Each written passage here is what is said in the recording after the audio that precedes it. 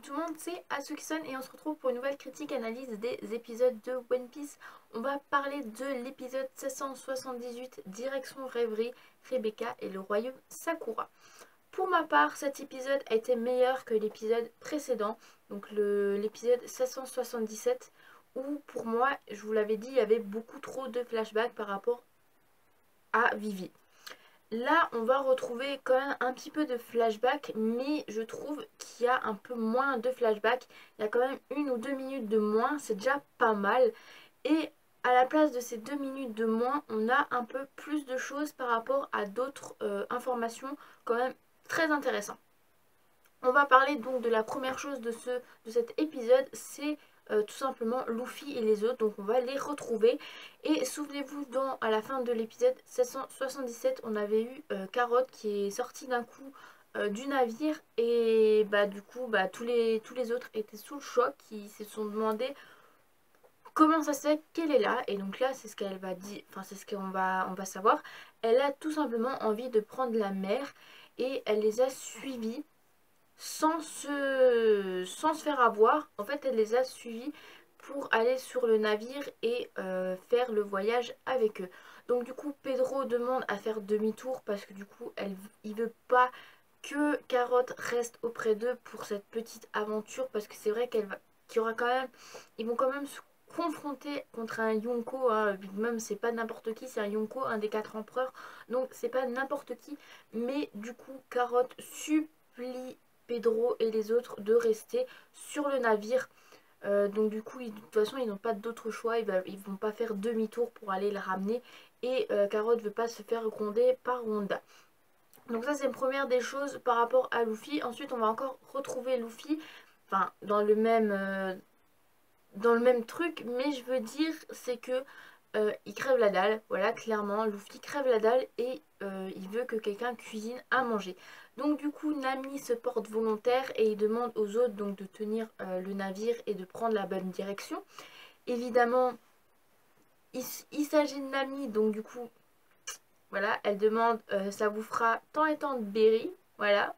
Donc du coup, il se demande non, non, c'est bon, on va pas, on peut s'en occuper. Enfin, dans leur tête, ils vont dire il faut qu'on trouve un autre moyen que Nami fasse à manger et qu'on est obligé de payer parce que c'est quand même nos économies.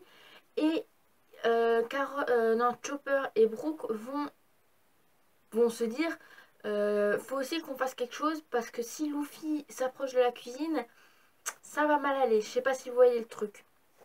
Donc du coup, ils n'ont pas eu le temps de faire quelque chose. C'est Luffy qui va se coltiner.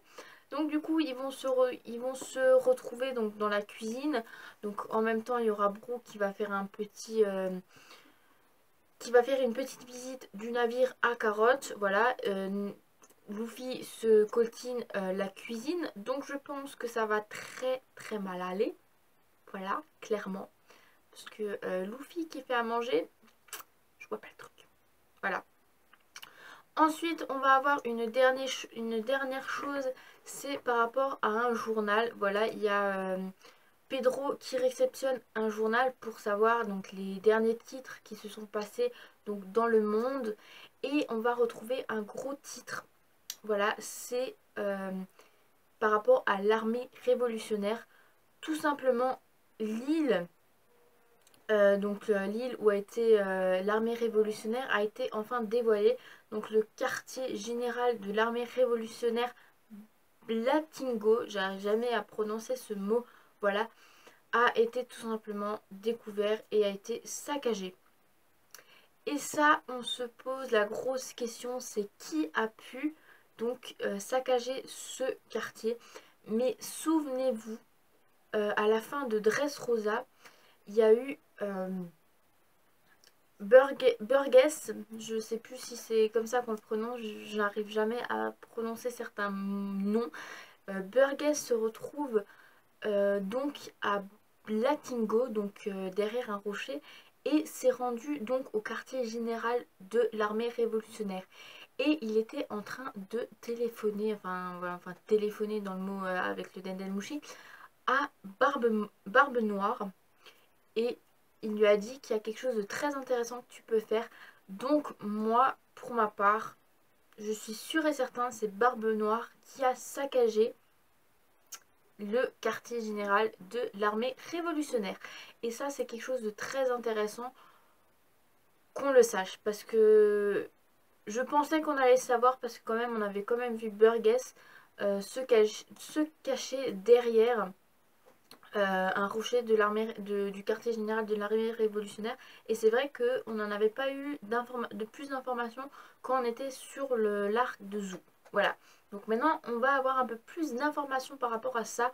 Et là, pour le moment, il n'y a que Pedro qui tient cette information. Enfin, qui le sait, parce que du coup, il est tout en haut du mât. Là, je ne sais jamais le nom des parties d'un bateau. Où du coup, il lit le journal. Et dans le prochain épisode, je pense qu'il y aura une bonne discussion avec Luffy. Parce que bah, Dragon, c'est le père de Luffy. Et il le sait quand même que c'est son père. Enfin, à moins qu'il est con et qu'il se ne souvient plus. Parce que du coup, Garp a fait la gaffe de lui dire. Robin a fait, enfin, lui a aussi dit.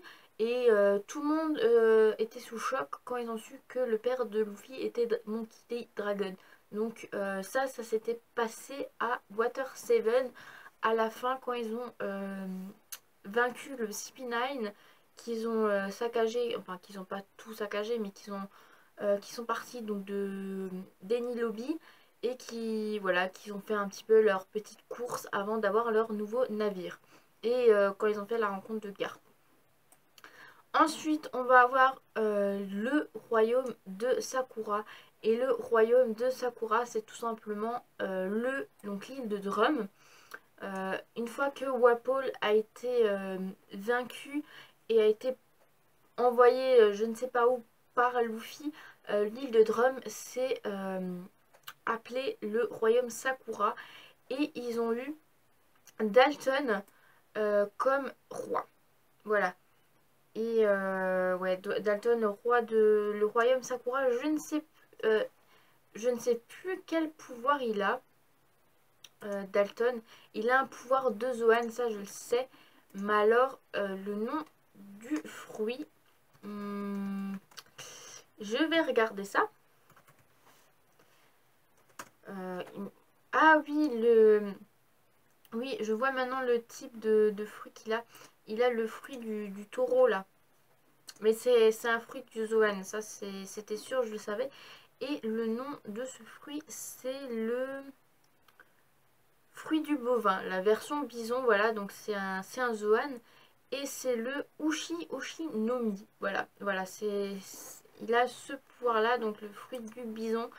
Et donc du coup, après la défaite de Wapol, il est devenu du coup le roi du royaume Sakura. Et ben tout simplement Kurea, donc la doctorine hein, pour ceux qui ne savent pas, et ben tout simplement elle va lui dire que bah, il doit être présent à la rêverie vu que c'est un roi et que Doctorine va y aller avec lui vu que c'est un médecin, voilà. Et du coup ils vont se remémorer quelques petites choses par rapport à leur passé quand il y avait encore Wapol qui était sous l'emprise donc de cette île. Et ouais, ils vont se remémorer les petits souvenirs qu'ils ont eu entre Chopper, enfin pour Kurea avec Chopper, Illilouk, avec les Mugiwara quand ils ont vaincu Wapol, quand ils se sont battus contre Wapol, et quand Chopper est parti avec eux, et quand Kurea va jeter les fleurs de cerisier sur l'île. Vous savez, la magnifique image des fleurs de cerisier. Et c'était vraiment une très très belle image, d'ailleurs un très très bon souvenir. Et beaucoup moins long de flashback que par rapport à Vivi, vu qu'on a eu quand même l'information par rapport à l'armée révolutionnaire, par rapport à ce qui s'est passé donc avec Luffy, on a déjà beaucoup moins de flashback et c'est déjà pas mal parce que c'est vrai que trop long, c'est vraiment pas trop amusant. On se lasse un peu vite, je trouve. Et là c'est beaucoup mieux, il y a moins de flashbacks et c'est vraiment ce que j'aime. On a quand même beaucoup moins. 1 ou 2 minutes, c'est déjà pas mal. 1 ou 2 minutes en moins, c'est déjà cool quoi, que 10 minutes de flashback comme on a eu avec Vivi. Voilà. Donc ils vont donc se souvenir donc, de ce qui s'était passé et voilà que grâce à eux, le royaume a pu évoluer et du coup qui vont se joindre à la rêverie. Et ensuite on va retrouver une petite information, mais certes petite, mais très très intéressante. On va tout simplement retrouver Wapol. Vous vous souvenez de Wapol? Wapol était l'ancien roi du royaume de Drum avant que du coup Luffy ne l'expulse de son titre de roi. Il était l'ancien roi du royaume de Drum avant que Dalton prenne sa relève. Et tout simplement Luffy l'a envoyé valser et en fait Wapol va se retrouver sur une île inconnue. Certes, généralement, Luffy envoie valser ses ennemis sur une île inconnue comme ce qu'il a fait avec Baggy. Et là, en fait, il va tout simplement l'envoyer donc valser sur une île donc, qui est totalement inconnue pour Wapol. Il va manger tout ce qui lui passe par l'esprit, les arbres, les cailloux, les lampes, les maisons, voilà. Et il va se faire arrêter par la marine, enfin du moins il va essayer de, enfin, il a essayé de se faire arrêter par la marine parce que du coup il a réussi à s'échapper. Et sur cette île, donc du coup il y a des maisons, hein, et donc du coup il y a du peuple sur cette île.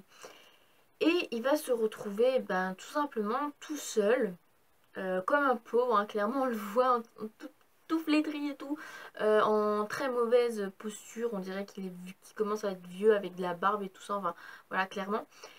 Et il va essayer de vendre des allumettes aux gens, ça va pas marcher, et donc du coup il va essayer de créer quelque chose, il va créer des jouets. Et ces jouets bah, va lui faire attirer des enfants, voilà, de plus en plus d'enfants. Il va créer son magasin de jouets Wapol. Et là, il y a un scientifique local qui va essayer de découvrir le secret donc, de ces jouets. Il l'a découvert. Et là, eh ben, grâce à ce scientifique qui a découvert le secret de ses jouets, bah, ça va lui donner un petit coup de pouce et il va agrandir son magasin. Il va du coup maintenant appeler son magasin le Toy Shop Wapol, qui est beaucoup plus grand. Il va encore l'améliorer. Voilà, ses affaires vont encore améliorer. Et du coup, ça va beaucoup lui faire de blé. Il va donc épouser donc Miss Univers, auquel il va être très heureux dans sa vie. Et voilà, Wapol a été quand même quelqu'un qui a quand même, malgré sa petite échec, va quand même réussir à devenir le roi d'une nouvelle île, donc l'île démoniaque du Black Drum, voilà clairement. Il est content de se retrouver à la rêverie, et là il y a un de ses soldats qui va lui dire comme quoi il a découvert que le royaume de Drum sur lequel il avait régné autrefois est devenu un nouveau pays, le royaume Sakura. Donc c'est ce que je vous ai dit. Après que Wapol a été expulsé donc en tant que roi de cette île, l'île de Drum est devenue le royaume Sakura. Et du coup il va savoir que Dalton va se rendre donc à la rêverie. Donc là Wapol essaie de voir comment il peut faire pour humilier Dalton donc à la rêverie. Et ça, il va y réfléchir longuement. Et après, donc c'est tout ce qui est consacré à Wapol va s'arrêter là. Et on va repartir sur Dressrosa. Donc Dressrosa est en train encore d'être construit. Enfin voilà, on a encore les dégâts de ce qui s'était passé avec Doflamingo. Donc on va retrouver les Tontata qui, voilà, qui sont contents que Luffy a battu les autres. On va retrouver Kyros qui est content d'avoir à côté de sa statue, la statue de Luffy. Et on va aussi voir la statue de Usopp. Et c'est vraiment pas mal. Donc en fait on a vraiment 3 grands rois de Dressrosa en statue. Kyros, Luffy et Usopp. Voilà. Et franchement, c'est vraiment pas mal d'avoir vraiment 3 grosses statues à Dressrosa. Donc du coup, là, Kiros va juste se souvenir d'une petite minute même pas une minute, vraiment rien, 50, ouais, on va dire une minute de petits flashbacks auxquels il a réussi à vaincre Doflamingo, mais c'est vraiment tout. Donc après, on va retrouver Rebecca avec Viola. Donc Viola propose à Rebecca de venir avec elle à la rêverie, parce que du coup, Rebecca a renoncé à son titre de princesse pour rester avec donc Kyros, donc son père, et donc du coup Viola est devenue donc la princesse donc de Dressrosa. Donc du coup Rebecca est quand même enchantée de venir avec Viola donc à la rêverie. On voit Riku, le roi Riku, regarder ce qu'elles font, mais vraiment pendant tout le truc, hein. Donc du coup, Viola propose donc à Rebecca de choisir une robe donc dans son placard. Donc Rebecca lui dit écoute, moi je vais prendre la robe de ma mère. Je sais plus le nom le nom de sa mère en fait. Là j'ai vraiment un gros trou de mémoire depuis je sais pas combien de temps. J'ai jamais vraiment regardé. On voit toujours le roi Riku en train de regarder sa fille Viola et sa petite fille donc Rebecca. Ah, c'est Scarlett, voilà, Scarlett. Scarlett, c'est le nom de la mère de Rebecca. Maintenant, je m'en suis souvenue. Donc, du coup, tout simplement, Rebecca va choisir la robe donc, de sa mère, donc Scarlett. Ensuite, on va avoir encore quelques petits, voilà, quelques petits rois d'autres pays, surtout le roi qui est vraiment proche du roi Riku, qui va lui demander est-ce que tu vas à la rêverie et tout ça.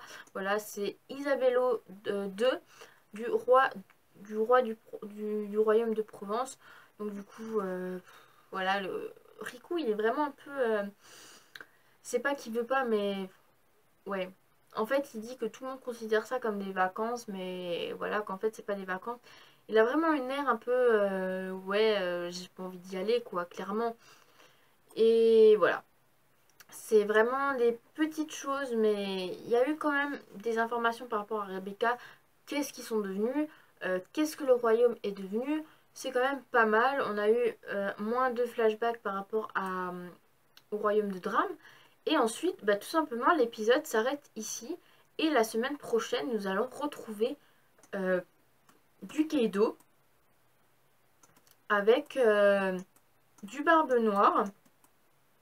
On va aussi retrouver du Luffy.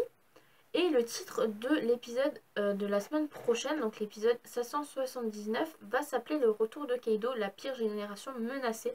Et là, on va vraiment s'arrêter par rapport à la rêverie. On a eu des informations par rapport à la rêverie, surtout les anciens pays auxquels Luffy et les Mugiwara donc, ont sauvé. Vraiment des gros pays auxquels ils sont vraiment attachés. Donc Vivi, l'île des hommes poissons et Dressrosa, voilà, et Drum aussi. C'est vraiment des îles auxquelles ils sont vraiment bien attachés.